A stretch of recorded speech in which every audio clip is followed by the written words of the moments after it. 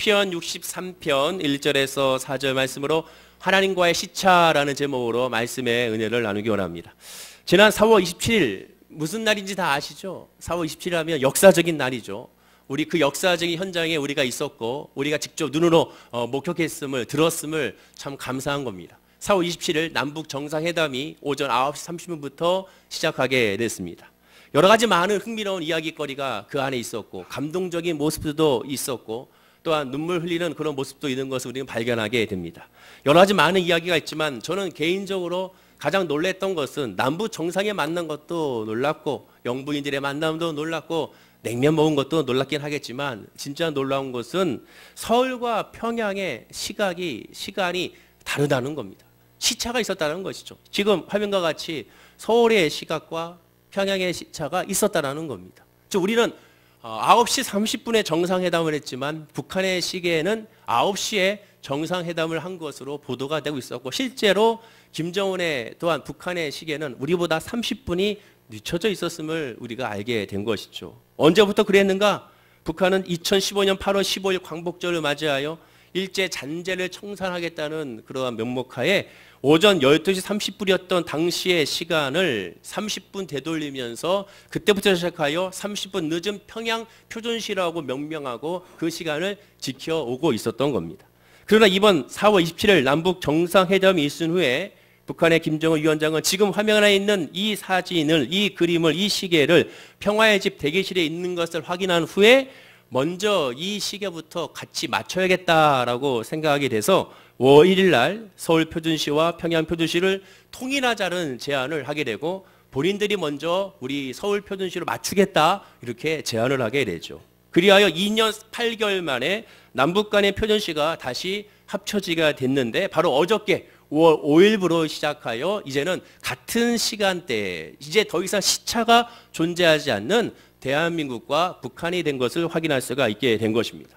저는 몰랐습니다. 여러분들 다 알고 계신지 모르겠지만 서울과 평양에 이렇게 시차가 있는 줄을 전혀 생각하지도 못했습니다.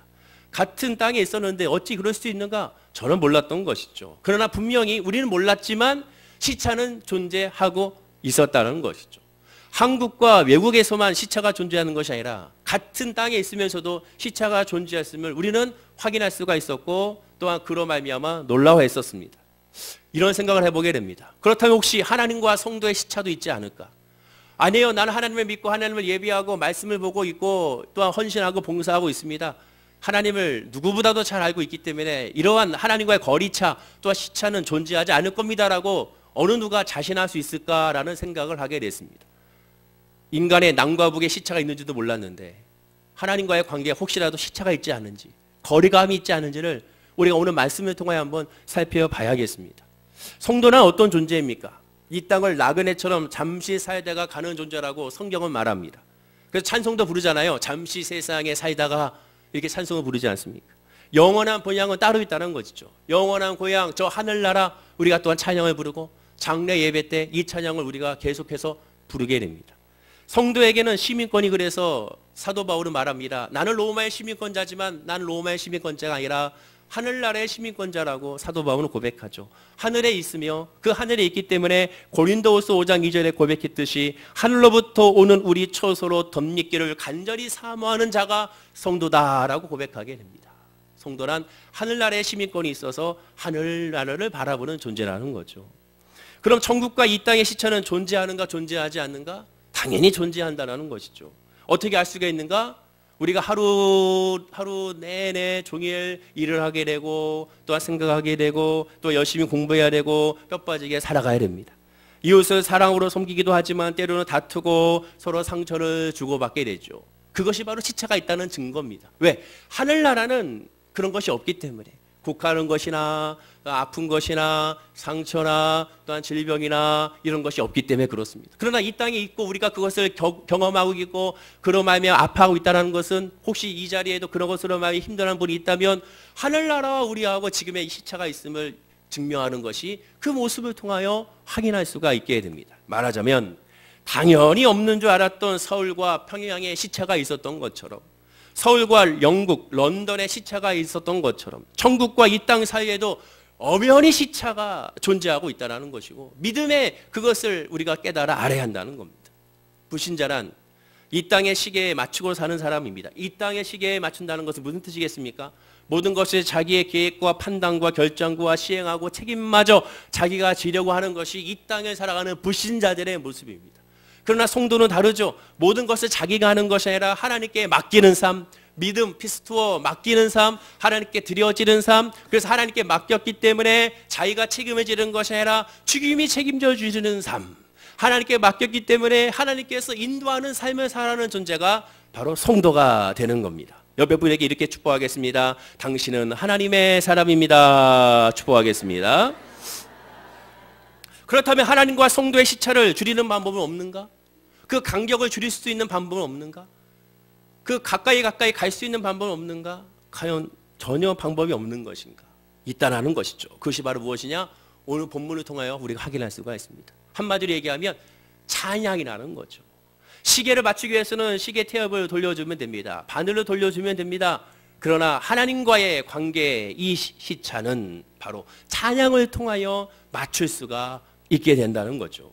하나님의 사람은 이 땅의 시계를 천국의 시계에 맞추어 살아가는 사람입니다. 오늘도 예배를 드리는 이유는 무엇입니까? 하나님의 시계를 맞추는 겁니다. 하나님의 시각으로 맞추는 겁니다. 자, 내 시계를 보고 하나님의 시각을 바라보고 내가 늦어졌네. 내가 하나님보다 빨리 가고 있네. 다시 하나님께 맞추는 겁니다. 하나님, 내가 하나님보다 앞서가지 아니하게 하시고 너무 하나님보다 뒤쳐져 가서 하나님의 뜻을 알지 못하고 내 마음대로 움직이지 알게 하시고 하나님과 함께 임마누엘 동행하기 원합니다가 바로 예배가 되는 것이죠. 런던에 비행기를 타는 사람은 런던에서 할 일을 미리 계획하고 준비하고 있어야 하듯이 천국행 비행기를 타는 사람은 천국의 시간을 가진 사람은 천국에서 할 일을 계획하고 준비하고 미리 연습하고 있어야 되는 겁니다. 런던의 비행기를 타면서 뉴욕에서 할 것을 일본에서 할 것을 준비하지 않죠. 우리가 가는 방향을 향하여 준비하고 계획하고 예배하게 되는 겁니다. 그 연습이 바로 무엇이냐? 찬양이라는 것이죠. 찬양을 통하여 우리는 연습하게 되고 시차를 줄이게 됩니다. 이는 저 개인적인 생각이 아닙니다. 요한계시록 4장 10절과 11절에 이렇게 말씀합니다. 다 함께 한번 읽어보겠습니다. 24 장로들이 보좌에 앉으신 이 앞에 엎드려 세세토록 살아계시는 이에게 경배하고 자기의 관을 보좌 앞에 드리며 이르되 우리 주 하나님이여 영광과 존귀와 권능을 받으시는 것이 합당하오니 주께서 만물을 지으신지라 만물이 주의 뜻대로 있었고 또 지으심을 받았나이다 하더라. 하나님이 모든 만물을 지으셨고 하나님의 모든 것이니 나는 하나님께 뭘 한다? 오직 찬양만 드린다는 겁니다. 하나님께 찬양으로 영광만 드린답니다. 내가 할 것은 오직 경배하고 찬양하는 것밖에 없다. 그것을 고백하게 되는 겁니다.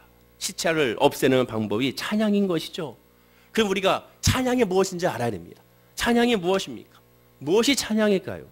찬양이란 한자로 기를 찬과 칭찬할 양자를 표기합니다. 영어로 프레이즈, 찬양한다. 즉 칭찬한다는 뜻입니다. 칭찬한다는 것이 찬양한다는 거죠. 그러면 하나님을 찬양한다는 것은 하나님을 칭찬하는 겁니다. 나는 하나님을 칭찬합니다. 나는 하나님을 칭찬합니다. 그것이 하나님을 찬양합니다는 뜻이 됩니다. 찬양으로 영광 돌리자는 뜻은 하나님의 칭찬으로 영광 돌리자라는 뜻이 그 안에 담겨져 있게 되는 것이죠. 그럼 그 칭찬은 노래로만 끝나는 것이 아닙니다. 곡조로만 끝나는 것이 아닙니다. 악기로만 끝나는 것이 아닙니다. 한마디로 음악으로 끝나는 것이 아닙니다. 말이든 행동이든 어떠한 모습이든지 하나님을 칭찬할 수가 있게 되는 겁니다. 그러면 찬양이 무슨 뜻인지 알았다면 칭찬이 무슨 뜻인지를 알아야겠죠. 칭찬이 무슨 뜻일까요? 너무 쉬운 질문인 것 같습니까? 그러나 의외로 칭찬이 무슨 뜻인지 모르는 분들이 의외로 있습니다. 막연하게 칭찬은 뭔지 알 것 같은데 진짜 칭찬을 모르는 분들이 있다는 거죠. 칭찬이 무엇입니까?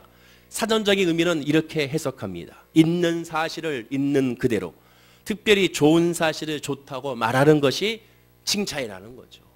칭찬이란 있는 사실을 있는 그대로, 없는 사실이 아니에요. 분명히 칭찬은 없는 사실을 말하면 뭡니까? 그것은 아부죠. 있는 사실을 있는 그대로, 특별히 좋은 사실을 좋다고, 나쁘다는 것을 말하는 것이 아니라 좋은 것을 좋다고 말하는 것, 그대로 말하는 것이 칭찬인 것입니다. 즉 칭찬이라는 이 말의 뜻은 무슨 뜻이겠습니까? 그 속에 과장이 없고 가식이 없고 편견이 없고 선입관이 없고 또한 감정이 없고 자랑이 없고 욕심이 없고 이해관계가 없고, 이해관계 없다는 것은 거래가 없다는 것을 의미하게 됩니다. 칭찬하려고 후태여 미사여구를 동원하고 칭찬하기 위하여 일부러 화려한 수식어를 동원할 필요가 없다라는 것이죠. 왜? 있는 그대로를 말하기 때문에, 있는 그대로를 고백하기 때문에 그것이 바로 칭찬이 된다는 겁니다. 바꿔 말하면 있는 그대로 말하지 않으면 칭찬이 아니라는 거죠. 없는 것을 말하면 칭찬이 아니라는 겁니다. 칭찬은 있는 그대로를 고백하는 것이 칭찬이 된다는 겁니다. 별로 실감이 나지 못한다면 예를 들어 설명하면, 여러분들의 아는 지인이 고급 아파트를 샀다고 쳐봅시다.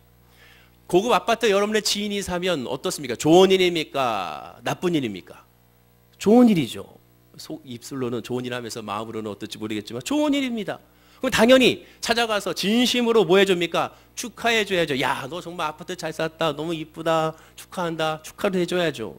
이렇게 당연히 좋은 일을 그대로 고백하면 칭찬이 되는 겁니다. 그런데 이상하게도 인간은 칭찬은 하긴 하는데 마음 가운데 왠지 허전하고, 집에 들어가면 내 집에 있는 집이 왜 이렇게 작아 보이고 싱크대 하나도 왜 이렇게 엉성해 보이는지 모르는 것이 인간의 모습인 겁니다. 인간이란 그만큼 부족한 존재라는 거죠.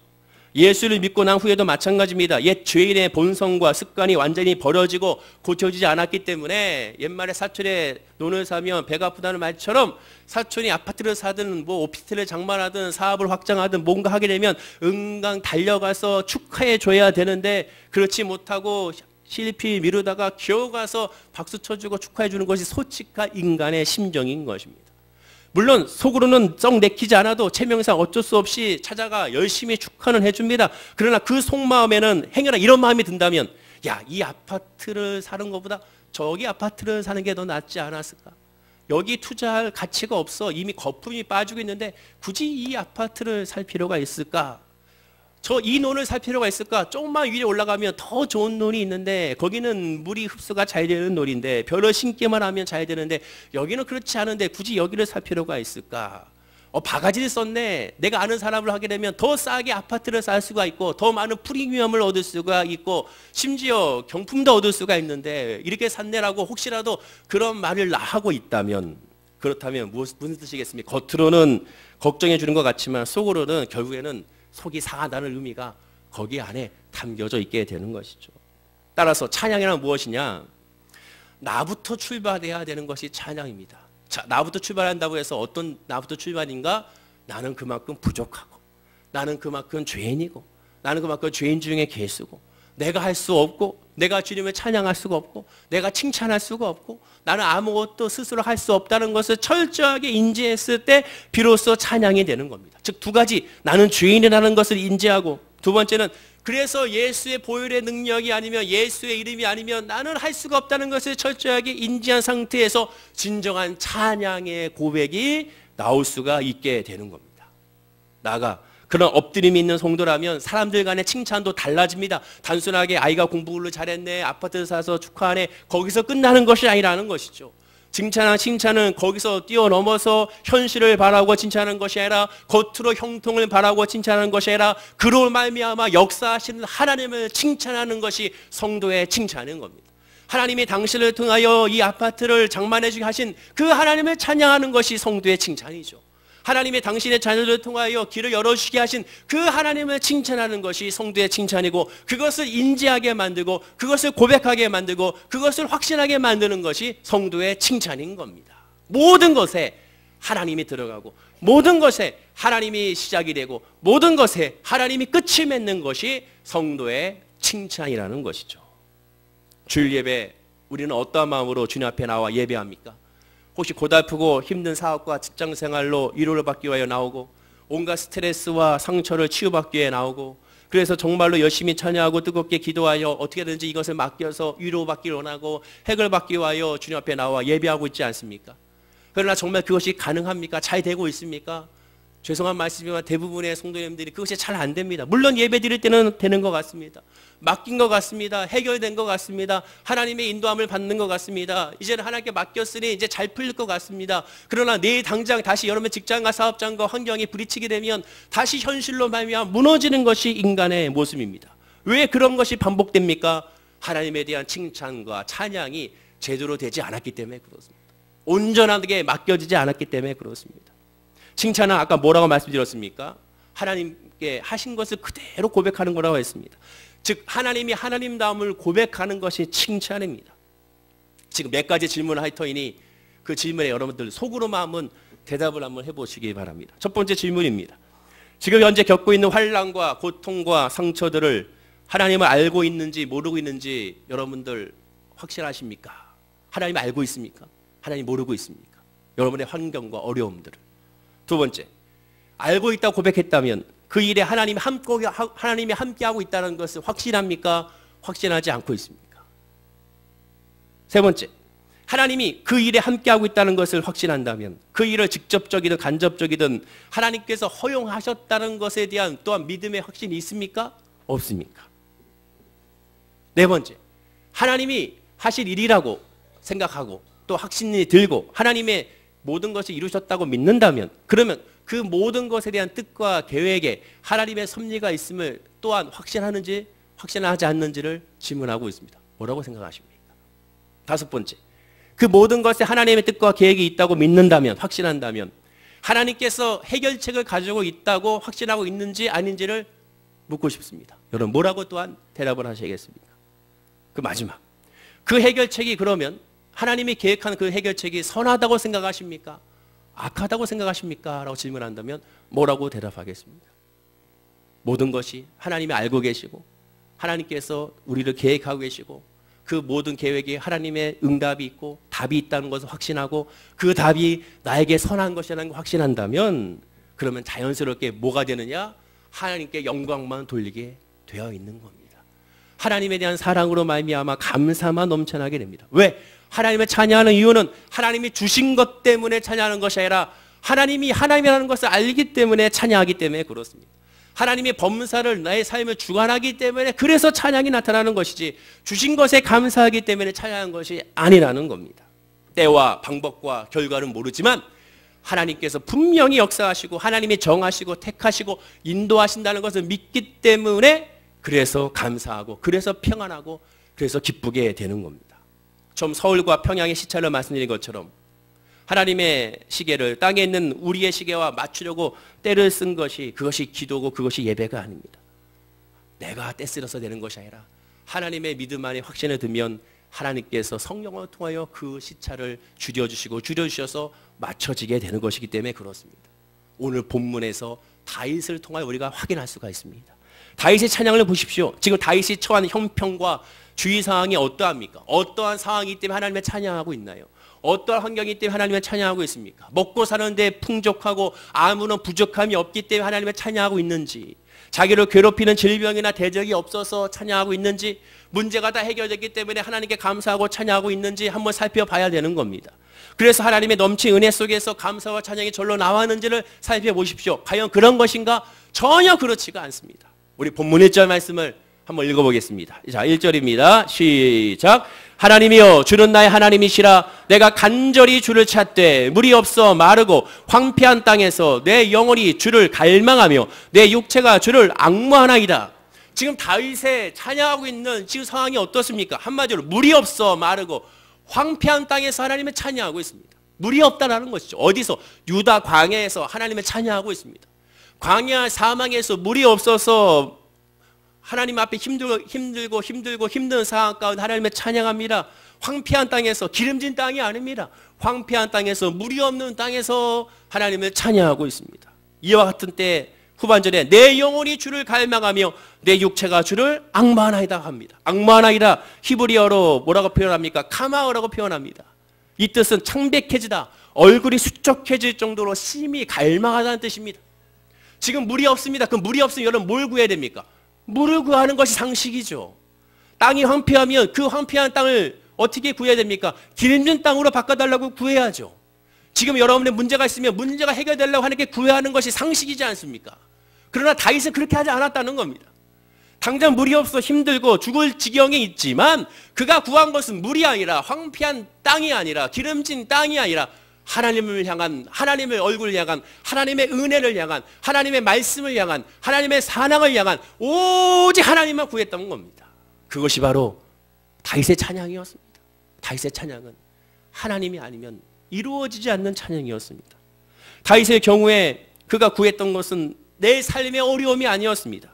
어려울 때 하나님의 도우심을 찾는 것은 누구나 할 수 있는 겁니다. 불신자도 할 수가 있습니다. 성도는 달라야 됩니다. 왜? 하나님이 하나님을 알기 때문에, 살아계신 하나님을 알기 때문에, 전능하신 하나님을 알기 때문에, 진짜 하나님이 살아계시다는 것을 믿는다면, 여러분의 하나님이 전능하신 하나님을 믿는다면, 무소부지하신 어디나 계신 하나님을 믿는다면, 내 모든 아픔과 내 모든 상처와 내 모든 눈물과 내 모든 괴로움을 알고 계시는 하나님이 하나님이라면, 그럼 뭐 해야겠습니까? 하나님만 바라봐야죠. 왜? 해결책이 하나님께 있음을 알기 때문에 그렇습니다. 다윗이 그래서 하나님을 향한 갈망의 고백을 한 겁니다. 2절을 보십시다. 자, 2절 말씀을 읽어볼까요? 시작. 내가 주의 권능과 영광을 보기 위하여 이와 같이 성소에서 주를 바라보았나이다. 그가 뭐라고 고백합니까? 힘들고 어려운 지금 이 상황에 물이 없어 마르고 황폐한 이 땅에서 그가 구한 것은 세상적인 것이 아니라 주의 권능과 영광을 보기 원한다는 겁니다. 주의 권능과 영광, 하나님의 은혜를 알기 원한다. 하나님의 사랑을 알기 원합니다. 주여 나의 말씀 없어서 내가 하나님의 은혜를 알기 원합니다. 즉 한마디로 얘기하면 시차를 줄여달라는 겁니다. 멀리 떨어지는 것이 아니라 나와 늘 함께 하시는 하나님을 알기 원합니다. 내 눈물에 있는 곳에서, 내 상처를 받는 이곳에서 하나님이 나를 외면하는 것이 아니라 지금도 말할 수 없는 탄식으로 나를 위로하시고 나를 품으시고 나를 위하여 간절히 나를 이끄시는 그 하나님을 내가 깨달아 알기 원합니다라고 고백하는 사람이 바로 다윗의 고백이었던 겁니다. 그러니 다윗이 하나님 앞에 마음에 합한 사람이라는 그러한 칭찬을 받을 수밖에 없는 겁니다. 그가 하나님을 구했습니다. 하나님 얼마나 기뻤겠습니까? 우리가 구해야 될 것은 그러므로 하나님이 되어야 됩니다. 하나님이 아니면 아니기 때문에 그렇습니다. 자신과 자신이 일어난 모든 일에 완전하게 하나님만이 드러내기를, 하나님만이 높여지기를, 내가 나서서는 것이 아니라 하나님이 나서주기를, 하나님이 해결해 주기를, 그 방법과 그 때와 그 모든 과정은 난 모르나 하나님이 하나님이시니까 하나님이 역사해달라고 담대하게 오직 하나님만 구하고 있는 겁니다. 왜 이렇게 구하고 왜 이렇게 간절하게 자신 있게 구합니까? 그 이유가 3절에 나옵니다. 자, 3절 말씀을 역시 또한 읽어볼까요? 주의 인자심이 생명보다 나음으로 내 입술이 주를 찬양할 것이라.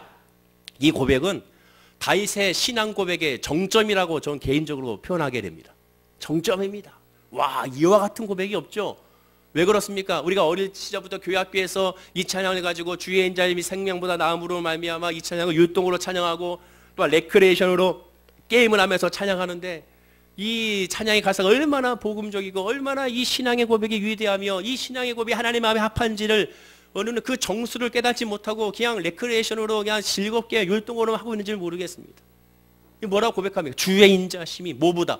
생명보다 나음으로. 생명보다. 지금 다윗의 상황이 뭡니까? 물이 없어요. 어디에 있습니까? 사막에 있어요. 사막에서 물이 없으면 죽습니다. 그러면 자기에는 지금 뭐라고 고백합니까? 하나님, 나에게 지금 물과 하나님의 은혜가 주어진다면 나는 물을 먹는 것이 아니라 은혜를 먹겠습니다라고 고백하는 겁니다. 왜? 생명보다, 내 목숨보다 하나님이 더 나는 좋고, 내 목숨보다 하나님이 더 위대하고, 내 목숨보다 내가 필요한 것은 여호와 하나님이라는 겁니다. 이것이 다윗의 고백입니다. 우리의 문제와 환경과 어려움이 여러분 있잖아요. 그러면 이 다윗의 한마디로 이거 응답되지 않아도 나는 상관없어요. 난 하나님만 있으면 됩니다. 이 고백이 지금 다윗의 고백입니다. 질병 치료받지 않아도 난 상관없어요. 하나님의 은혜만 내가 알면 됩니다. 하나님의 사랑만 알면 됩니다. 하나님의 소망만 알면 됩니다. 하나님이 나를 이끄시고 나를 붙잡으시는 것만 깨달으면 난 됩니다. 그러면 이 문제와 이 지금 질병과 어려움과 직장과 사업장과 사람의 관계, 이 문제는 나는 의미가 없습니다. 주님이 나와 함께 하시는데, 그러면 주님이 나와 함께 하신다면 하나님이 앞장서셔서 군대 장관이 되어주시고 나를 이끄셔서 주님이 승리하게 해주실 것인데 내가 무슨 걱정이 있겠느냐? 그 고백인 겁니다. 그에게 있어서의 키포인트는 물이 아니라 하나님이었다는 거죠. 생명보다. 여러분, 어느 누구나 자기 생명은 소중하죠. 자기 생명을 소중히 여기지 않는 사람이 없지 않습니까? 남녀 사이에 결혼해서 또한 연애할 때 나는 내 생명보다 당신을 사랑해라 고백하는 게 있다면 사실 그 고백은 쉽게 이루어지지 않는 고백이죠. 자기 생명을 본능적으로 보호하는 것이 인간의 모습이기 때문에 그렇습니다. 자동차 사고도 마찬가지잖아요. 자동차도 본능적으로 자기가 운전하는 사람이 자기를 보호하기에 트는 것이 인간의 모습이죠. 이타적인 삶의 사람들 가끔씩 보이긴 하지만 그것이 그렇게 쉬운 것이 아니죠. 비행기 종사가 얼마 전에도 자기가 그 대가에 떨어지지 않게 하기 위해 끝까지 탈출하심에도 불구하고 탈출하지 않고 공터로 떨어지게 해서 결국에는 순직한 그 이야기를 얼마 전에 우리가 들은 적이 있긴 하지만 그런 사람들이 쉽지가 않은 겁니다. 왜? 생명을 소중히 여기기 때문에. 다윗은 그 생명보다 하나님의 은혜가 좋다고 고백하고 있습니다. 여러분들 오늘 이 시간 예배가 어떻습니까? 하나님의 은혜가 더 소중하다고 고백하는지, 지금 여러분들 구하고 간구하고 하나님을 바라보는 모든 것들보다 나는 하나님의 은혜만 있으면 족합니다. 주의 말씀만 있으면 족합니다. 하나님의 사랑만 있으면 족합니다. 쉬운 말로 은혜만 있으면 나는 행복합니다라는 믿음의 고백이 우리에게 있는지를 한번 점검해 봐야 되는 겁니다. 다윗의 기도는 자기의 고난을 주님의 도움으로 끝내려는 일반적인 간구와는 차원이 달랐습니다. 자기 형편과 상관없이 주의 영광과 권능을 보기를 간절히 소원했던, 하나님만 바라보기 원했던, 하나님의 계심을 알기 원했던, 성령의 충만함을 받기 원했던, 주의 사랑으로 말미암아 기쁨을 누리기 원했던, 그가 늘 고백했던 것처럼 구원의 즐거움을 알기 원했던 고백이 다윗의 이 고백이었음을 우리가 알게 되는 것이죠. 본문 4절을 읽어볼까요? 마지막 절입니다. 다 함께 한번 읽어보겠습니다. 이러므로 나의 평생에 주를 송축하며 주의 이름으로 말미암아 나의 손을 들리이다. 이러므로 라고 말하죠. 이러므로는 뭡니까? 앞에 있는 구조들에 대한 정리잖아요. 결과로 요약하지 않습니까? 결과적으로 말합니다. 이러므로 나는 평생에 주님을 찬양하겠다. 송축하겠다. 주의 이름으로 말미암아 나의 손을 들리겠다. 손을 든다는 건 뭡니까? 찬양한다는 것이죠. 주님께 내어 맡긴다는 것이죠. 천부에 의지 없어서 두 손 들고 옵니다. 하나님이 아니면 해결이 안 됩니다는 고백이 두 손 드는, 주님 앞에 두 손 드는 모습으로 나타나게 됩니다. 평생의 다윗은 하나님만 바라보며 살겠다는 겁니다. 다윗은 복을 받을 때만이 아니라 슬프나 기쁘나 괴로우나 즐거우나 상관없이 무슨 일에서도 하나님만 찬양했다는 고백이 바로 이 다윗에게 있었던 것이죠. 다윗은 분명히 고백합니다. 주의 이름으로 말미암아 나의 손을 들리라. 나의 믿음으로 하나님을 예배하는 것이 아니라 주의 이름, 예수의 이름으로 예배하고 예수의 이름으로 기도하고 예수의 이름으로 나아간다는 겁니다. 즉 예수의 이름이 아니면 안 된다는 거예요. 우리가 왜 성찬 예식을 합니까? 예수의 피와 살이 아니면 안 된다는 겁니다. 구원이 안 된다는 겁니다. 삶이 안 된다는 겁니다. 그것을 기념하는 겁니다. 그것을 깨닫는 겁니다. 외적으로 그것을 표현하는 겁니다. 외적으로 하나님께 보여지는 겁니다. 외적으로 하나님을 찬양하는 것도 바로 이 성찬 예식이 하나님에 대한 찬양인 것입니다. 주님이 아니면 안 됩니다. 주의 살과 피를 먹고 마시고 나는 하나님의 자녀이기 때문에 주와 함께 동행하지만 나는 살아갈 수 없음이라는 고백이 이 성찬 의식에도 고스란히 전달되어 있게 되는 겁니다. 로마서 5장 1절과 4절에 이렇게 말씀합니다. 역시 다 함께 한번 읽어볼까요? 자, 시작. 그러므로 우리가 믿음으로 의롭다 하심을 받았으니 우리 주 예수 그리스도로 말미암아 하나님과 화평을 누리자. 또한 그로 말미암아 우리가 믿음으로 서 있는 이 은혜에 들어감을 얻었으며 하나님의 영광을 바라고 즐거워하느니라. 다만 이뿐 아니라 우리가 환난 중에도 즐거워하나니 이는 환난은 인내를, 인내는 연단을, 연단은 소망을 이룬 줄 알미노라. 우리가 환난 중에도 즐거워하는 이유가 무엇입니까? 그 근거가 무엇이냐? 이 말씀의 앞 구절에 분명히 말하죠. 왜 성도가 환난 중에 즐거워하느냐? 그로 말미암아 우리가 믿음으로써 있는 이 은혜에 들어감을 얻었기 때문에, 그 은혜를 알기 때문에 다윗이 고백한 것처럼 주를 앙망하여 하나님을 만났기 때문에 고난이 즐거운 것이고 고난에서도 감사하게 되는 것이고 고난에서도 환난 가운데도 찬양할 수가 있게 되고 기뻐할 수가 있게 된다는 겁니다. 보통의 경우 환난 중에도 즐거워하면 하는 사람은 어떤 사람입니까? 미친 사람이죠. 그렇잖아요. 환난 중에 즐거워하는 사람은 다 미친 사람이지 않습니까? 슬슬 웃고 다니는 사람은 미친 사람이죠. 즉 그 얘기는 거꾸로 얘기하면 환난 중에도 즐거워하는 사람은 미치지 않고서는 할 수가 없는 거죠. 그러나 성도는 미친 사람이 아닙니다. 왜? 그 근거가 있기 때문에 그렇습니다. 로마서 5장 6절에도 말합니다. 우리가 아직 연약할 때 기약대로 그리스도께서 경건하지 않은 자를 위하여 죽으셨도다. 즉 어떤 근거입니까? 예수님께서 나를 위하여 죽으시고 나를 위하여 부활하신, 나 때문에 이 땅에 오시고 나 때문에 피 흘리시고 나 때문에 채찍을 맞으시고 나 때문에 고난을 당하시고 나 때문에 조롱을 당하시고 나 때문에 멸시를 당하신 그 예수 그리스도의 사랑으로 말미암아 내가 뭐한다? 하나님 앞에 영광을 돌린다는 거죠. 내가 그 사랑을 알기 때문에 환난 중에도 즐거워한다는 겁니다. 나를 위하여 죽으신 그가 나를 외면할 수가 있겠는가? 나를 위하여 죽으신 그가 나를 고통 가운데 내버려 두시겠는가? 나를 위하여 죽으신 그가 나를 이 험난한 이 세상 가운데 외톨이로 남겨 두시겠는가? 나를 위해 죽으신 그는 나와 함께 하신다는 믿음의 확신이 사도 바울의 이 고백을 통하여 우리에게 전달되는 것입니다. 힘들고 어려운 상황 가운데 하나님이 계심을 안다면 믿음으로 하나님을 바라봐야 되는 겁니다. 우리의 기도는 그래서 뭘로 해야 됩니까? 주님만 바라보는 기도를 하면 됩니다. 우리가 예배 전에 찬송가를 부르잖아요. 그 찬송가 부를 때 그 주제가 뭡니까? 예수 그리스도잖아요. 예수 그리스도. 하나님만 구하잖아요. 예수만 구하잖아요. 주의 은혜만 우리가 구하잖아요. 다른 거 구하지 않지 않습니까? 그것이 찬송가지 않습니까? 그것이 복음성가지 않습니까? 복음, 예수만 고백하고 예수만 드러내지 않습니까? 그런데 우리는 왜 기도할 때 예수를 드러내지 아니하고 예수를 구하지 않는지요? 예수만 구하면 해답을 받는 겁니다. 예수만 구하면 모든 것이 이루어지는 것입니다. 예수만 구하면, 예수만 만나면, 성령만 받으면, 은혜 안에 구하고 말씀만 받으면 모든 것에서 자유하고 해방되게 되는 겁니다. 환난 중에 즐거워하게 되면 어떤 역사가 있습니까? 예수를 만나기 때문에, 하나님을 만나기 때문에 이번에도 이 환난을 하나님 어떻게 역사하실까? 이 고난과 이 아픔을 통하여 하나님은 어떠한 축복을 나에게 주실까? 이번에는 하나님의 어떤 은혜를 베푸실까? 어떤 크고 비비난 은혜를 나에게 알게 하시려고 이러한 환난 가운데 주셨을까? 하나님 나를 어디로 인도하시려고 이렇게 역사하실까? 하나님이 나에게 어떠한 만남을 축복을 주시려고 또한 이렇게 역사하실까? 그것을 바라보게 되는 겁니다. 그러니 예수 안에 있는 성도는 모든 것에 기대와 설렘이 넘쳐나게 되는 겁니다. 여러분에게 이렇게 인사하겠습니다. 예수님은 당신을 외면하지 않습니다. 인사하겠습니다. 한 번 더 인사하겠습니다. 하나님은 당신과 늘 함께 하십니다. 인사하겠습니다. 결론적으로 불신자는 이 땅에서 이 땅의 시계에만 맞추며 삽니다. 즉 울음이 그쳐야 웃을 수 있는 사람이 이 땅의 사람입니다. 그러나 성도는 이 땅의 시계가 하늘의 시계에 맞추어 사는 사람이기 때문에 환난 중에서 즐거워하는 사람입니다. 즉 울면서도 웃는 사람입니다. 오직 예수 그리스도의 은혜로 말미암아 살기 때문에 그렇습니다. 은혜가 있기에 웃게 됩니다. 그 얘기는 은혜가 없으면 똑같이 운다는 거죠. 그래서 우리가 구해야 될 것은 오직 하나님의 은혜를 구해야 됩니다. 은혜가 아니면 살아갈 수 없습니다. 주여 나에게 오늘 예배를 통하여 은혜를 주십시오. 5월 첫째 주 성찬 예배를 통하여 주의 은혜를 주십시오.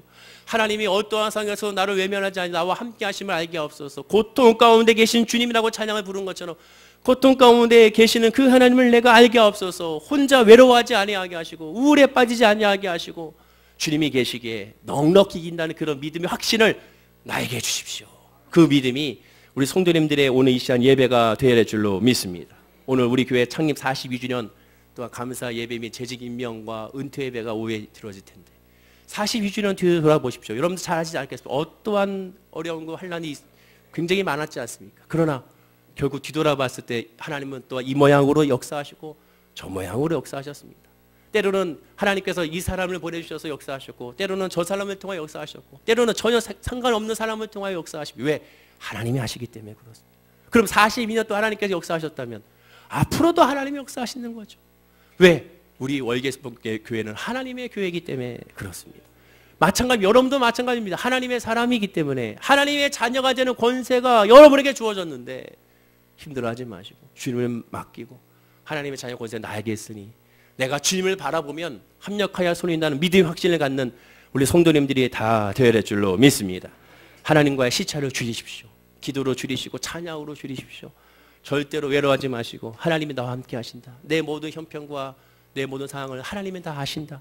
하나님이 나보다도 나를 잘 아시니 내 가정을 잘 아시고 내 직자가 내 사업장을 아시고 내 주머니 사정을 아시고 내 건강을 아시고 우리 교회를 아시고 이 나라 이 민족을 알고 전 세계를 알고 전 인류를 아신다면 우리가 해야 될 것은 오직 주만 바라볼지라. 예수의 이름으로 두 손을 들어 주만 바라보는 우리 성도님들이 됐을 때 큰 은혜와 복이 임하게 될 줄로 믿습니다. 그럼 언제까지 계속 시차를 계속 맞춰가야겠습니까? 하나님이 부르시는 그날까지.